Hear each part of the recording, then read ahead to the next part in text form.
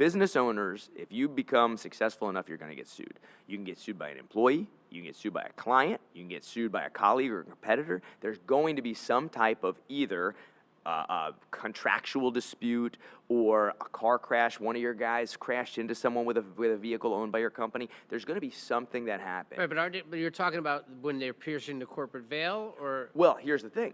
The assets. So just real quick, for viewers, when you're a corporation, usually you're protected personally from lawsuits. That's why I'm asking that. Unless they do what they call pierce the corporate veil, you do something that somehow drags you personally into it.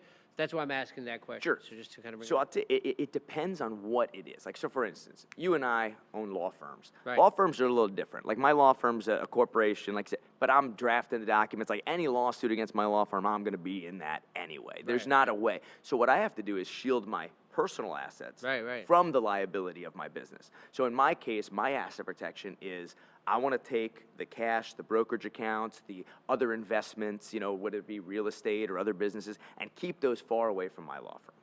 Because my law firm I look at as not only an asset, but a liability.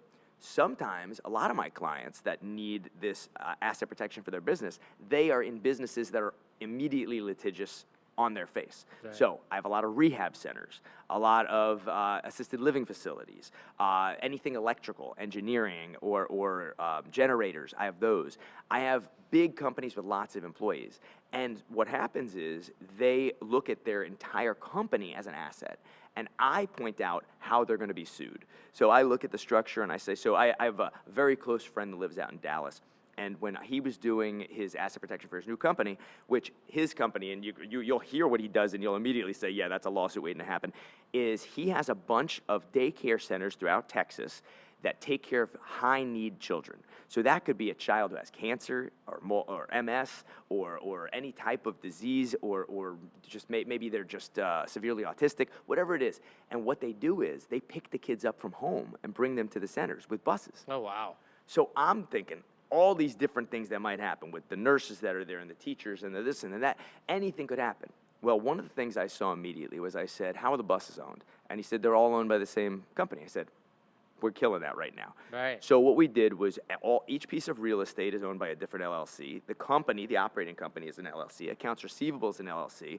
HR is an LLC, but most importantly with this case is we took all the buses and put them in their own LLC, and we created a leasing agreement. So the company leases the bus, the HR company leases the driver. Nothing's connected to the company itself.